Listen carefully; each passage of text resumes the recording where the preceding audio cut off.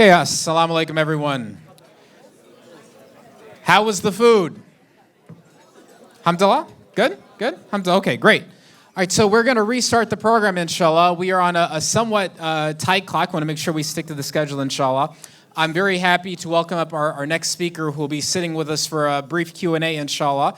You all know her very well. She's a pride of the community, trailblazer, made history for the American Muslim community, and continues to do so in Congress. Please join me in welcoming Congresswoman Ilhan Omar to the stage.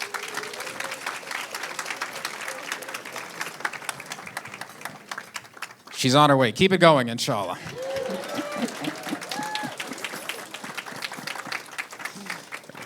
Bismillah.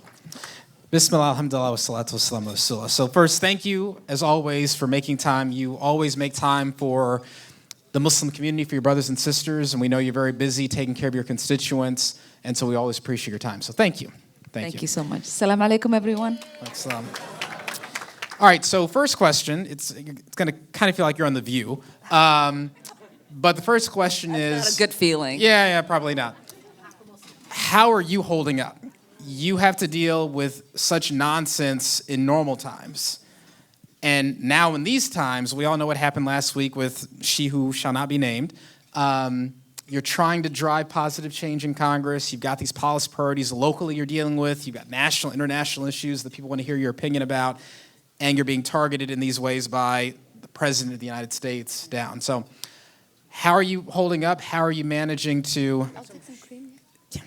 How are you managing to, maintain hope and focus on your priorities in these strange, difficult times for all of us, but in particular you? Well, thank you for the question. Alhamdulillah, I'm doing okay. I remember when I was first running, I would be on these calls with a lot of Muslims trying to raise money. And my dad, Allah yarahmah, who passed away during COVID, would kind of be hovering, and he would say, "You didn't ask them to pray for you." And he's like, "You should always start with the, with the ask for them to pray for you." So I do walk around knowing that there's so many people who are praying for me, and those prayers, with my own prayers and the prayers from my family, serves as an armor. So I kind of always feel really protected and centered. And so I would say, I also am very privileged to represent a district where people are able to see beyond the noise, really engage us on their priorities and the policies they want us to push, who are always with me in whatever fight I'm in, because they know it is a fight that's based in love, that's based in justice, that's based in peace. And so I'm also, I don't know about my husband, but I'm also blessed with kids who are really brave as well and do not let themselves be drawn into a lot of the hate and fear that Washington, D.C. Produces for people who are trying to make political change. And we know your daughter's an activist in her own right. Alhamdulillah, may Allah protect her. So, alhamdulillah, I want you to know, and I hope you know, that the community has your back. When this nonsense was leveled against you this past week, the community mobilized to contact the members of Congress to say, this must not go through. And alhamdulillah, thanks to all Democrats voting no, and I think 4 Republicans, this woman's attempt to smear you failed, alhamdulillah. And so we thank Allah for that, and for the community members who took the time to make calls, and for those who stood by you. Let me ask you this, Congresswoman. When you came into office, it was a very different environment for people who speak up for Palestinian human rights in some ways. How would you compare what the environment is like now in Congress and for you as an advocate for Palestinian human rights now compared to when you first came into Congress? Have things changed for the better? Is it worse? If it's gotten better, why, how? And if it's worse, why and how? Yeah. Well, I want to first give, I think, a really heartfelt thank you to CAIR. Nancy Mace herself tweeted that CAIR and their gang were the reason I won the fight against the resolution to censure me. So I am grateful whether you did work or not, just the fact that you exist and she's afraid of you is good enough. I think when I first came to Congress, it was probably one of the most severely tabooed issues to tackle. We were instantly a target. People were looking at things we might have said, who we had photos with. Just the fact that we were Muslims in Congress in itself, and I can't even imagine what Brother Keith Ellison and Andre Carson dealt with before we got there. But Rashida was Palestinian, I was visibly Muslim and an immigrant, so it was like the expectation was there that we would be advocates for Palestine, and so the attacks were already there before we were even get sworn in. Right now, unfortunately, because of the genocide, things are very much different. I would not have expected, dozens of Democrats in the Senate voting to limit weapons transfer to Israel, including my two senators who've never had a really coherent opinion that spoke to the peace and justice that the Palestinian people deserve. And, we have, we are not now, most of, whether it's Rashida, myself, or Andre, or Latifa, we don't lead a lot of this stuff. Now people want, they're fighting with us to lead on resolutions, to lead on bills, to lead on briefings, to lead on the discussions, to have the debate in their districts. And one of the things that Rashida and I have advocated for is for members who have been scared to do the right thing, even though they know it's the right thing to do, to poll their districts on the issue, because it's not an issue that's oftentimes polled independently, right? They would say, they dismiss any polling that comes out that's in favor of us having an arms embargo, us having sympathies for people who have been victimized, demonized, made stateless for decades. And now we're seeing people, that are coming out, writing op-eds, calling it a genocide because they have taken our advice to actually check in with their constituents and not listen to the Beltway and the pundits and what they think or what their donors think, because they also recognize with the donations is that we have been able to sustain ourselves and our political careers. So it's not a career ender for you unless you are caught unaware, like Cori Bush and Representative Bowman were. And so if you stay vigilant, if you stay connected, if you know that they're gonna come for you and you stay prepared, we don't have to raise the amount of money that they raise to spend against us. We just need to have enough for us to be able to remind our constituents who we are, what we represent, and what the actual record is. And we know those of us who have done that, who have constantly been under threat, me being on top of the list. I've been primaried every single time. In 2020, my primary was the most expensive primary in the history of Congress.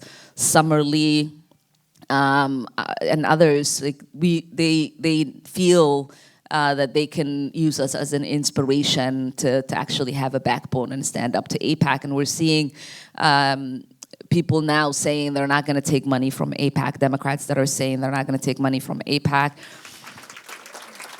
That are certainly not anywhere near the left, but they're progressives who we have been pushing, and now that there's enough pressure that's mounting, they don't even represent democratic states, let alone very democratic districts, but they are taking that step because they know, one, is the right thing to do, two, they can create a plan to defeat AIPAC, and three, that their constituents are with them because they've polled them. So, despite all the craziness and the genocide still going on, though, we are seeing some progress in public opinion and also in Congress. So my next question is, we've seen that sea change in the polling that you spoke about, right? Most Americans oppose, further military aid to Israel. Most Democrats certainly consider it a genocide, but Congress still is not there yet, right? What would you say that we as civil rights activists, political activists, students, organizations, what more can we be doing to translate American public opinion into actual political power in Congress? Like, what's effective that we should be doing? And if we're doing something that's good that we need to keep doing, that's great. But if there's something more as well, what would you say? I mean, that's a really good question, and I would say, unfortunately, again, this is only happening because there's a genocide that's taking place in Gaza, and we're all seeing it, you know, on a daily basis. You can't avoid it. It's right in front of you. That the Muslim community and those that have cared about international law when it comes to Israel's behavior, and the ways in which they have violated even our own laws, let alone international law, and we continue to provide them the resources to commit a genocide. What has been helpful is that the Muslim community and the advocates for Palestine have become very much unified. You know, I used to get on like, and probably have this conversation with some of you who have come to visit me on Muslim Lobbying Day. I would get people who would come and they would have just lists that was all over the place. And sometimes they'd start arguing amongst themselves on what issue should be a priority and hushing themselves. And, you know, and the meeting would end without me having a coherent understanding on what the meeting was actually about. I love seeing you guys. But, you know, when you get... When you get, you know, and all those lobbying days, many of you know, you don't oftentimes get the member. So when you get the member, it's like actually very important that you know what your asks are, and not to waste your time, you know, explaining things that are unnecessary. So now what we're getting is that it's very clear, right? It's the two asks, like humanitarian aid and like end the weapon shipments. Like, it's very simple. That's what people leave with. They tell stories. They bring doctors who have been there. They bring humanitarian aid organizations that have been doing work on the ground. They bring experts. So that is creating the shift, and we just need to. I know we Muslims are not monolithic. We come from countries all over the world. We have, you know, there's a lot of turmoil in the Muslim world. We are also Americans. We face Islamophobia. We've got our own issues, watch lists and whatnot. But in this moment, until this genocide ends, what is important is that we stay committed to the 2-3 requests that we have that is directly impacting the people that are being starved, the people that are being genocided, and the people that are being displaced. So I'm going to combine the last two questions into one because I know we're on a schedule, inshallah. So the first question was going to be, do you feel that Democratic leadership inside and outside the House have done enough to speak up against the anti-Muslim bigotry, the anti-Palestinian racism that is so often leveled against not only members of Congress, but against the broader American Muslim Palestinian public? And then the second question, which I'll merge into that, is, if not, what will it take to change that, to make anti-Muslim bigotry as unacceptable in their eyes as anti-Semitism? Do you think certain candidates winning in a few months while, you know, being Muslim and having a very vocally pro-Palestinian message might shake the establishment up and make them think, oh, maybe we should treat our Muslim constituents and voters with respect? Or do you think the establishment is just kind of stuck in its ways and indifferent? So that's a lot, but I want to merge so we can make sure we have time for you to touch on both.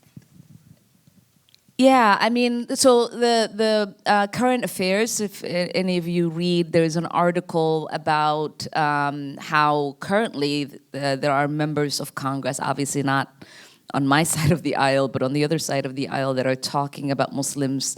The headline is that members of Congress are talking about are trafficking and anti-Muslim bigotry in the way that the Nazis used to about the Jews.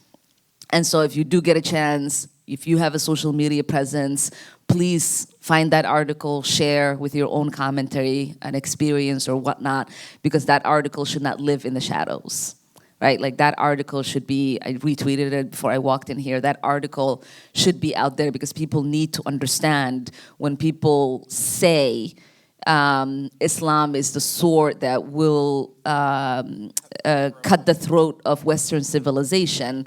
It is directly asking for people to attack each one of us in this room because we are the face of Islam in this country. And then you have that be reposted by members of Congress. That danger increases every single day that that's being seen, and we are not countering that hateful message.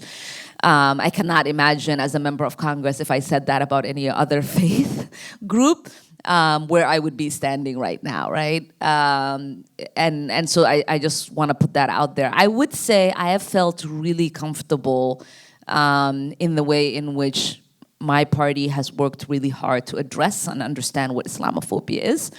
As you know, in 2019, we were able to pass the Islamophobia Act in the House. Unfortunately, we weren't able to get it through the Senate, so it never became law.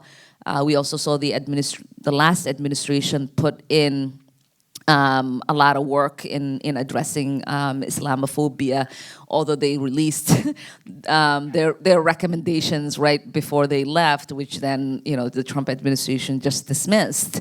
And so yes, sometimes they're slow to respond to Islamophobia than they are in other bigotry or hate. But again, they are much faster than the Republicans, who usually traffic in it. There is still, I think, some underlying things we might consider Islamophobia that they might not understand that that's what they're doing, that we need to do some educating on.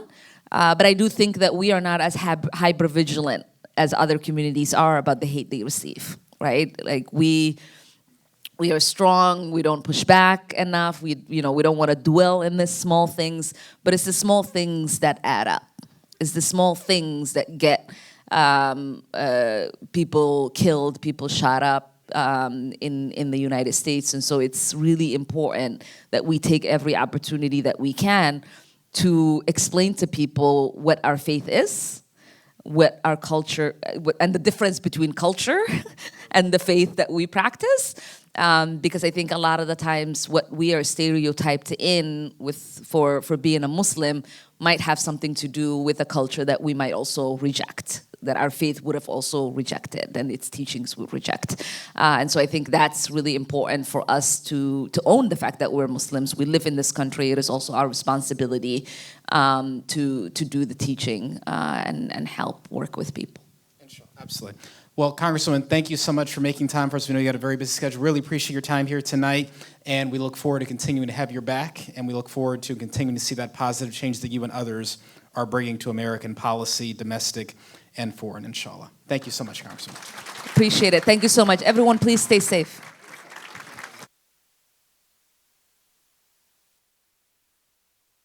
Take 2 minutes to remake the stage. Then we're going to hear from Lieutenant Colonel Aguilar and Professor Badr Khan Suri, one of the freed political prisoners, inshallah. So just hang tight for 2 minutes, and we will carry on with the program, inshallah. Thank you all.